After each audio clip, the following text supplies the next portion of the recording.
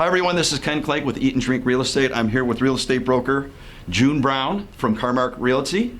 June, welcome to the show. Thank you. It's a pleasure to be here. Awesome. Hey, let's get right into it. Looks like you have a drink that you're going to show us to prepare and something we can drink together. What do we have here? All right. I called this pineapple goodness. All right. So, I mean, pineapple goodness. Enough, right? I like that. I love pineapples. Simple enough. So, what goes in it?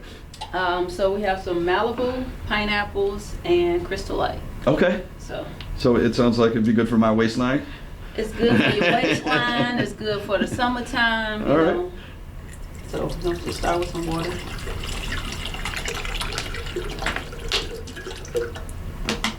Just 1 pint? No, we're going to do 2 pints. Okay.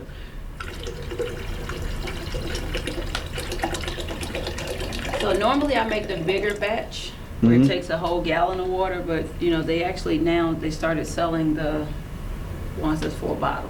Oh, okay. So it's pre-mixed. Right. I'll just mix it up.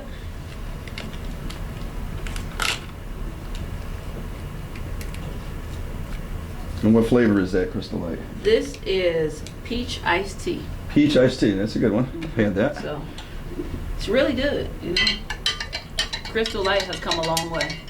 So the other thing is, so with the Malibu, you want to soak your pineapple in a Malibu overnight. Oh. So it's been marinating. It's been sitting since yesterday. So I'm just gonna put this in here in an effort not to splash everything. That's normally where I start splashing stuff all over the place. Right, My wife right. is screaming. Just You know, look at the mess. Since the cameras are rolling, I'll try to be a little neater. And there. See, there you go. And then you say things go crazy. And we're gonna put just a little bit of ice. It's already cold. Let's see. I'm hip to the game. Okay. Like, all right, so that's that. Simple enough, right? All right, thank you. Thank you. It's refreshing. Oh. That's good. That's delicious. Right? Yes, that is amazing. Simple. I could remember that one. Now, guys, for those who are watching the video at home, there will be a QR code at the end of this. You can get any recipe or information about our conversation that we have in regards to real estate or this tasty drink recipe, too. So what are we cooking today? All right, I think that's important that they know that. Right. I got onion slices, we got red potato slices. I like what we see here so far. All right, so we're just gonna have some chicken and some asparagus and some smothered potatoes. Mm. And what you want to do is just let your potatoes brown a little bit.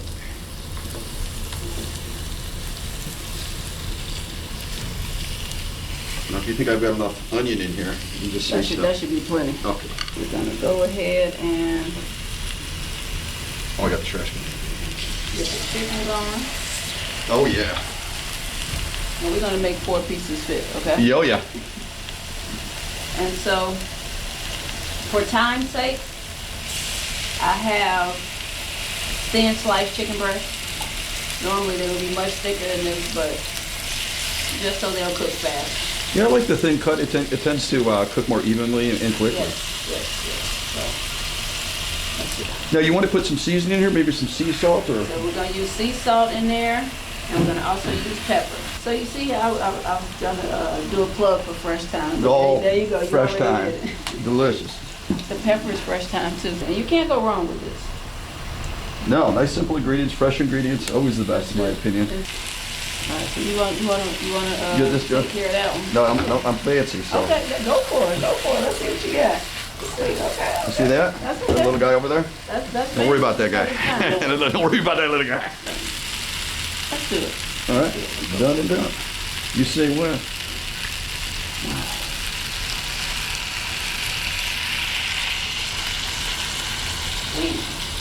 Done and done. About 4 or 5 ounces.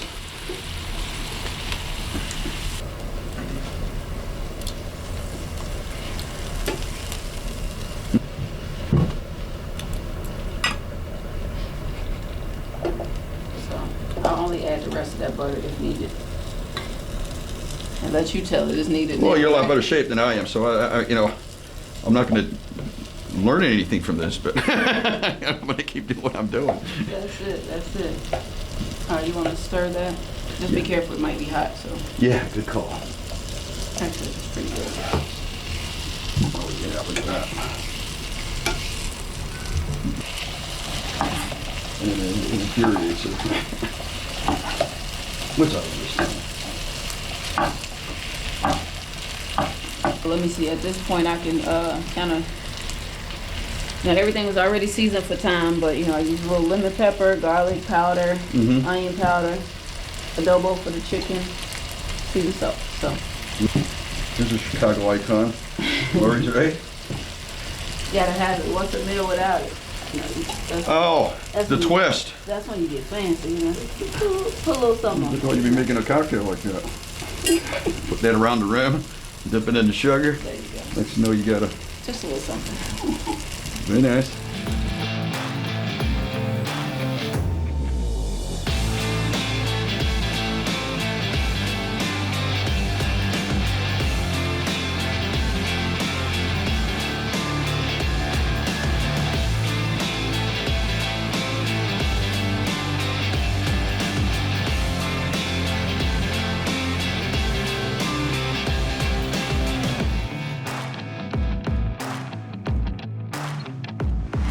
You're a fairly recent broker, correct? Right. I've been almost 2.5 years now. 2.5 years. And what did you do before that? I was in the Army. I'm still in the Army. Still in the Army? I'm, Outstanding. Active duty, what they call AGR, Active Guard Reserve. So I do that every day. Every day? Every day. So what time do you get up? Do you get up before I do? I wake up about 6 o'clock. Okay, that's 6 what. o'clock. Yeah, I try to get up at 6 too, So but get the kids off to school. I have a cup of coffee. Don't do any of that anymore. Oh yeah, see, it's a little bit different, All right? How old are your kids? I have a 6-year-old, a 15-year-old, and a 16-year-old. Okay, So- nice mix. Yes, very, very different personalities. Oh yeah, you betcha. They're all their own persons, They may take on some traits, but they all have their own way they do things. Sometimes I wonder where they come from. Mm-hmm. No, you've been in the military, 25 years? I that hit right? 20 this year. 20. Oh, 20. Okay. 20 years in the military. Same like 25. What spanned your career? What was your experience? Oh, let's see. So, I did supply. So, like in civilian terms, it would be supply chain. Okay. Supply things like chain that. management, that kind of thing. Okay.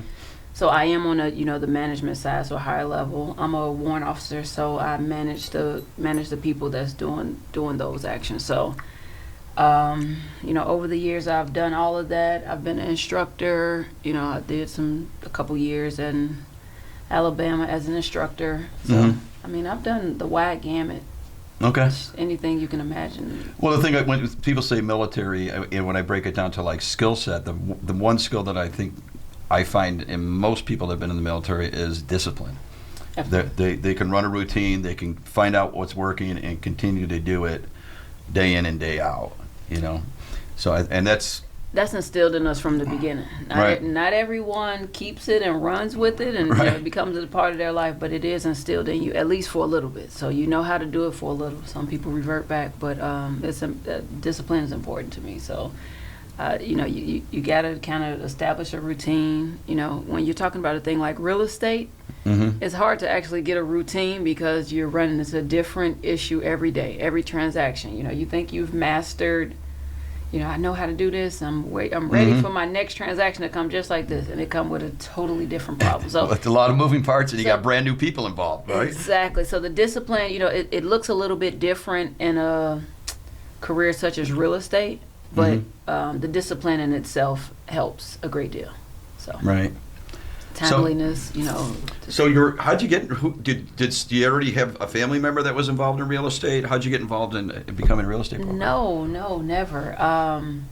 I've always had this thing for like buying houses, I guess. So I bought my first house at 19, and I bought several more since then. I'm only 21 now, so. Don't do the math. Don't worry about the math, okay? But, one of the things that I, don't like about the real estate and all of that is, how the loan process works. I feel like it's just meant to keep people in debt and all of that stuff. So I just always been into real estate. And another thing that's kind of pushed me is that most people don't think they can own a home. And, I'm from South Side of Chicago, so born and raised South Side. A lot of my family, friends, things like that, don't own homes, don't think they can, never even thought about it. So Really? I just felt like I can be that middle piece to help people understand, what they're getting into. You're paying a mortgage, you're paying somebody else's mortgage. Right. If you're renting, you're paying the landlord. And right. if you just got your own house, you'd be paying a lot less. So my job is to have those conversations, let people pick my brain, ask me questions, like, hey, what is this? What is that? And I just want to pick their brain, and hopefully, like, they want to do better, do different. So that's kind of...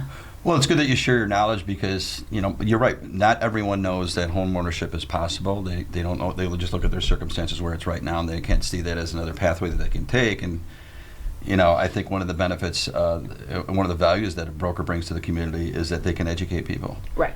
So let me, and you have to ask them, do you own your own home? Are you thinking of buying or selling? I know those are common feeler questions that all brokers ask, but when you're running into I can't buy a home as a response, you must have to go really get into detail with them and say, well, let me explain to you how you can. I like to ask people. Now I've started asking why. Why do you say that? Like, why would you lead off with that talking to a real estate professional?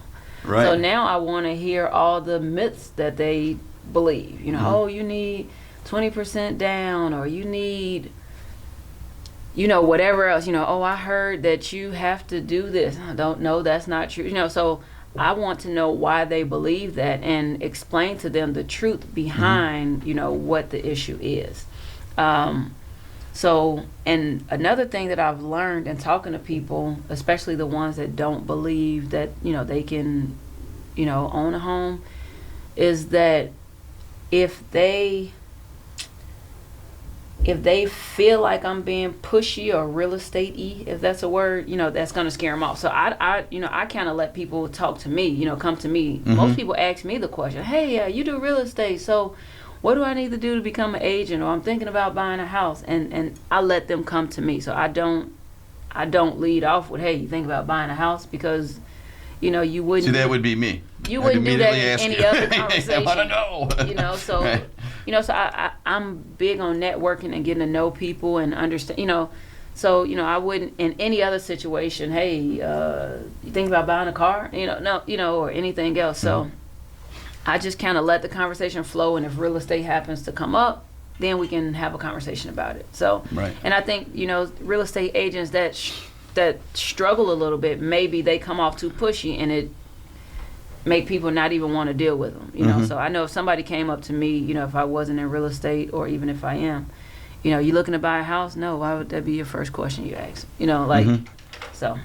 Right. No, I think that's a comfortable approach for people, and it doesn't make them offstandish to you. Right. So right. Providing education, fielding good questions, and give them some good knowledge, I think is always going to be well received. Now you grew up on the South Side. What area, if you were to pick a neighborhood or neighborhoods, did you specifically target and you see yourself doing the majority of your transactions? So Shorewood.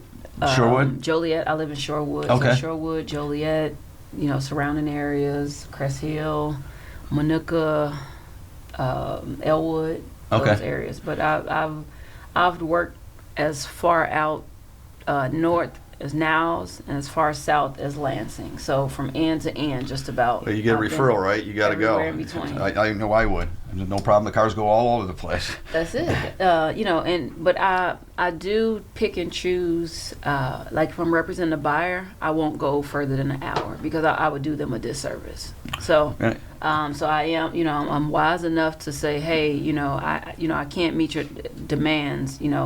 If it's over an hour, so I can link them up with someone who's a little bit closer, Okay, like so that's your network of other brokers that you work with, and your office. I know you have several brokers that work there, so those relationships go. Exactly, they go a long way. So Yeah, hey, look, certainly. I have someone in this area. Do you mind taking them? Things like that. So I just can't overextend myself because I'm doing two things. Right, it's got to make sense for both parties, right? So let me be specific. Joliet. What should people expect? if they move to Joliet? What's their experience going to be? What's it like living in Joliet? Joliet is far enough from the city to not be classified as city, but there's, city-like things, so it's not, a lot of people hear Joliet and think of old school rural. When I grew up, I had a uncle and aunt that lived out in Joliet, and that was like, it was a day trip to go to Joliet. You're right.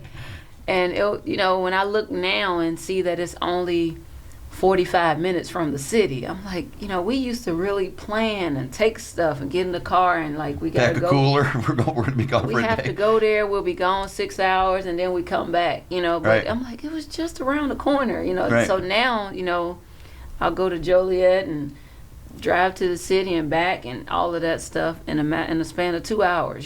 So. Right. But I think that's the big thing to know about this area. It's up and coming. It's extremely diverse. There's still a lot of thoughts about that. I get the looks like, you live in Joliet? I used to live in Joliet before I just moved to Shorewood, but yes, I live in Joliet, but there's a lot of diversity, so there's a lot of everything there, but you don't have to deal with the city. And what about Shorewood? You've lived in Shorewood, or you live in Shorewood now? I live in Shorewood now. What am I going to experience if I move to Shorewood? What's going to happen there? So Shorewood is just like Joliet, except for everything's a little bit closer. So I live 4 minutes from Home Depot, 5 minutes from Mariano's, so everything is that much closer. Well, I love Mariano's. Exactly. It's such a wonderful store. And I never even, I don't think I went into Mariano's until I moved to Shorewood. Oh, really? Because it's right around the corner. Oh, there you go.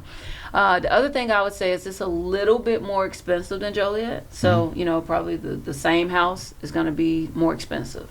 Okay. So, it's a little more. What about tax base? Are they a little bit more in Shorewood? The taxes are a little bit higher in Shorewood. A little bit higher than Joliet, or how much of a difference? If I got a $200,000 house in Joliet and a $200,000 house in Shorewood, what kind of variance is there? It'll probably be if I had to guess, I don't know, $1,000, $2,000 more, maybe. $1,000 or $2,000 more? Okay, for the same price. Yeah, it's higher. It's higher. Okay, I'll say that. Okay. And you also mentioned Minooka. What's life like in Minooka? Minooka is the more rural area. So Minooka is less like Joliet and Shorewood. So more unique to itself, or I think more unique to itself, and there's not as much stuff readily available right there. So Shorewood, like I said, 4 minutes you have everything: a tire store, a party city, banks, everything right there. So you have to drive a little bit further in a city like Minooka.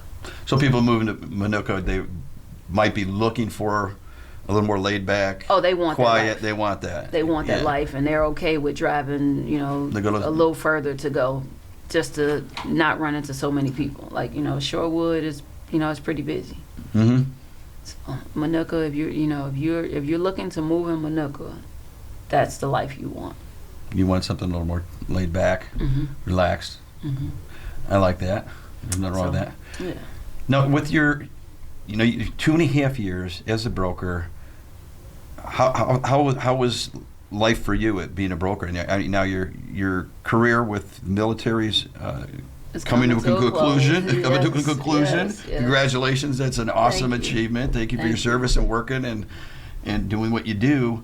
That's got to be a big change. Now you prepared for it because real estate is a straight commission job, right? And it's one of the biggest obstacles that I see that people have to come through is, how do I go from, I still have my bills, they don't magically go away, you don't get to call up the mortgage company and say, I'm become a realtor, right. Can you put a stop on all my bills for the next year? So what have you planned in advance, and I think that's wonderful. What have you experienced? How's your career going? How did it start? So how did it start and how's it going? Yeah. So, I started real estate in the beginning of 2020. January 2020. Right at the beginning of the COVID and the pandemic, right? Pandemic hit in March. We went through the craziness of trying to figure out whether or not we would be essential workers or not. We were. And life just took off from there. I did not really experience the life of, most new realtors, oh, you won't get your, I heard you won't get your first transaction for the first, the first year you're just learning. And I had a listing, I think, within a month. So it was like, oh man, is it gonna be this easy? They just fall from the trees. Right, it's just happening like this. Right. So I did that, and I represented a buyer, and then it was just kind of like, wow, this is pretty easy. So that's how it started. And then let's see, last year was an amazing year. So I did almost $5 million last year. So, congratulations. Thank you. And, Great start. People will say, well, something about a part-time agent. Those aren't part-time numbers. That's right. Not part-time numbers at all. So, what people do, I do what people do normally in half the time.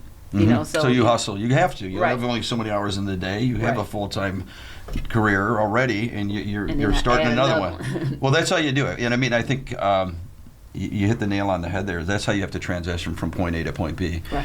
And for those people that get into real estate and love it and are good at it and it comes natural to them, they've got to make that transition still. And they got to understand. Well, you start at zero and start building, right? Yeah, definitely. And I understand that this is only temporary. So I'm only like going crazy like this just for a little bit, another 6 months, and I'll be out of the military, and then I can and hold a regular workload without the other stuff. So right. So I just this too shall pass type of deal. It's fine. My family might tell you otherwise. They might like, hey, you're just going to work more at this job, right? At this career, right? Yeah. My fiance, that's what she believes. She like, you're just gonna just go that much harder in real estate. Like, no, that's not the plan. That's not the plan. I would be okay with doing what. So work-life balance is part of your factor. It is. That's smart. And they'll tell you right now, like, oh, you're going again. Like, okay, I'll be right back. I'm going to check back with you and see how that life-work balance works out, because it's exciting. You mentioned one thing about real estate: every transaction is unique. Right. Become proficient, but anything can happen. People are all over in terms of like what they're going to be like and how they're going to communicate, what their wants and needs are. Exactly. And then and things fall through as well, so like, everything could be going fine. At the very end, the day before closing, weird things happen. Sometimes after the closing was supposed to be scheduled, you try to prolong it a little bit more, and then it still fall through. So yeah, it's a wide gamut of things that could happen. Now, if being a newer agent, do you have someone in your office that is mentoring you, or you have somebody you can field and deal with tough, when problems do arise? Yes. Who do you turn to? So I have my managing broker, Carrie J. Little. So she's my go-to. I call, text her all the time. Hey, look, I got a quick question, or I got something new that I haven't seen, and she'll tell me. From the beginning, she said, you're experiencing some of the things that veterans haven't dealt with. Like in the very beginning, I had some of the worst, most terrible deals. Oh, really? And so but it was the ones that will grow you. You're going to learn so much. Right. I also have other friends in real estate. I have Sheena Baker, Nikki Richardson. So I'll call them and ask them questions. They help me out. I have some out-of-state real estate connects. So my friend Ashonda Island. So yeah, I'll reach out to them when I need, if it's anything state specific, I'll reach out to the people here, or if it's generic, I'll reach out to, But I'm not afraid to ask for help. So if it's something I never seen, I know someone has seen it before. Well, it's good to surround yourself with other successful brokers and broker managers who don't mind teaching you, because I think it's the keystone for a successful career is to be surrounded by other people that care about you, will actually share their knowledge and be there for you when you need it the most. Like that crazy deal that's it's blowing up, and you need somebody to bring you in so you're not stressing out or the client's losing it. Right. All those things happen. Staying cool and having somebody you can turn to is very, very important. And I think it's important to also note, we talked about realtors that assist. I have a lot of other people that play a really important part. Yesterday I had a deal. last week, we did the inspection and it was pretty rough. And so a day like yesterday, I was on the phone like all day with the attorney, with the inspector, with the client, so we're trying to make this deal work. The other agent, the listing agent. So we're trying to make this work. And my inspector said, hey, I know a roofer that might be able to help, so like those relationships are important because here we are trying to keep this deal from falling apart. Help like today. Like, hey, I need help now. So he sent me a phone number, and his friend was able to get me an estimate. So then, so it's important. I have attorneys that I reach out to, for questions. Sean Robertson, Bree Rouse, Jill Daniel, my inspector, Scott Felix, I got to make sure, I give him that plug because he saved the day yesterday. Well, that's good news. I mean, because, a lot can hinge on the results of an inspection, and it sounds like you had one that had a couple of things pop up that maybe weren't anticipated. Just a couple. Just a couple. Well, you guys got through it and got the deal closed, and everybody walked away happy. That's the important thing. Yeah, so we're still working through it, but it's looking a lot better today than it was at the beginning of yesterday. Yeah, that's a great point. You mentioned the attorneys. I don't know any successful real estate brokers that don't have a good, strong working relationship with an attorney that they've got their cell phone number they can call and say, I need your help now. Right. Like, what is it? Okay, we can solve this issue. Mm-hmm. Or, maybe prevent it from becoming an issue in the first place. And that's important to have that type of experience around you as well. Those pros. It really is. Attorneys make a big impact as well. So they can make or break a deal as well. That's right. Like representing their client, they make sure the client's happy and taken care of. So that's very, very important. Yeah. So Sean Robertson, he's my attorney. Yeah. So he represents a lot of my clients. He also represents I have some partners and I who flip houses. So he's our attorney that handles all of those deals. So I'm constantly on the phone with him about something for a client or myself. He's done so much stuff for my fiance and I, personally. He's, started the businesses for us, everything. So he's been a great help, and I'm very appreciative of him. So I've got a question for, being a newer agent, everything's fresh. Mm-hmm. And you're reaching that one career ending point and another one really starting to take off because you're going to be able to devote more time to it. Now, selfishly, I want you to sell as many houses as you possibly can because nothing happens unless the real estate broker goes out and sells a home, or I don't have a job to do. So I mean that in every sense of the word. I want you to sell as many houses as possible. But let me ask you, what advice would you have for new brokers?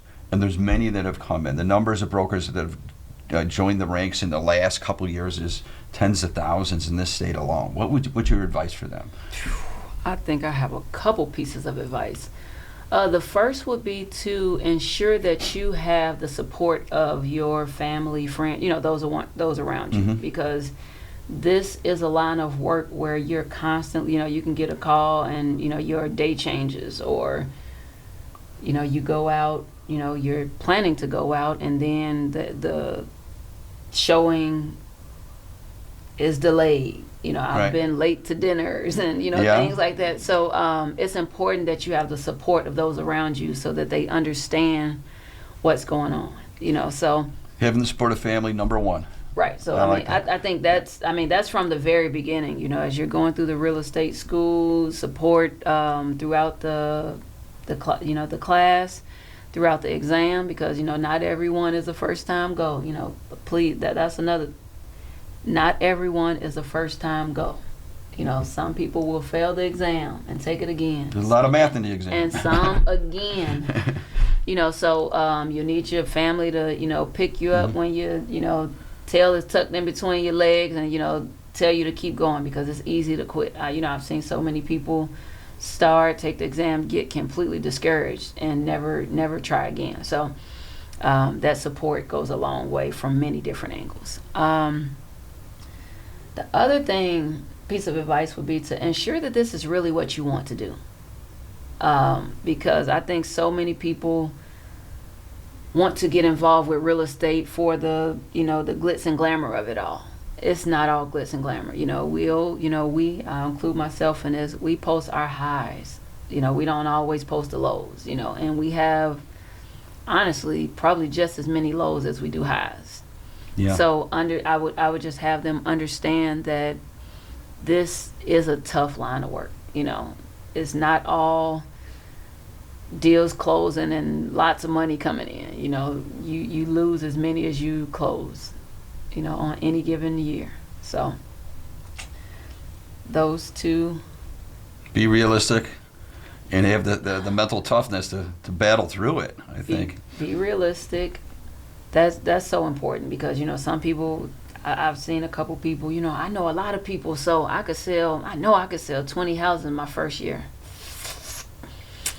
I regret to inform you that the people that won't be the ones to support you. So all those people good luck.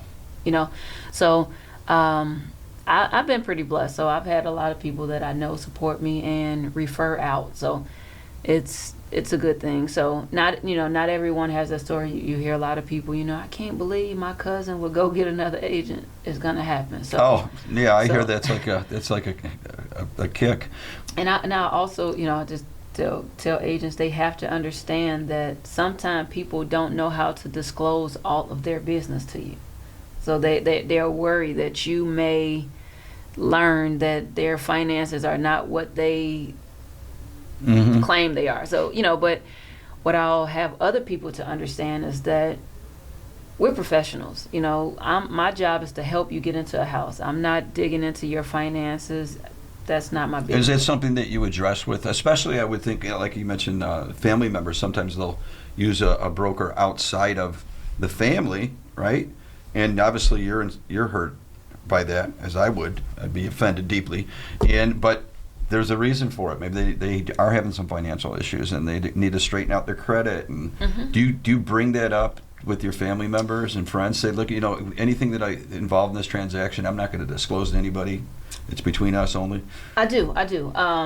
I bring it up to the few, the few that I can sense when it's that concern there. I have this issue. So even if friends or otherwise, Right. family or otherwise, I got this little situation. Hey, look, you lay out the problem. I'm gonna help you, line you up with people that can help you fix it. Let's not get wrapped around the axles with that. My job is to help you fix it. So I just let them know, like, I don't care. Not that I don't care, but I don't care to the extent that I'm gonna hold it against you or anything like that. My sole purpose is to help you obtain home ownership if that's your goal. So that's one.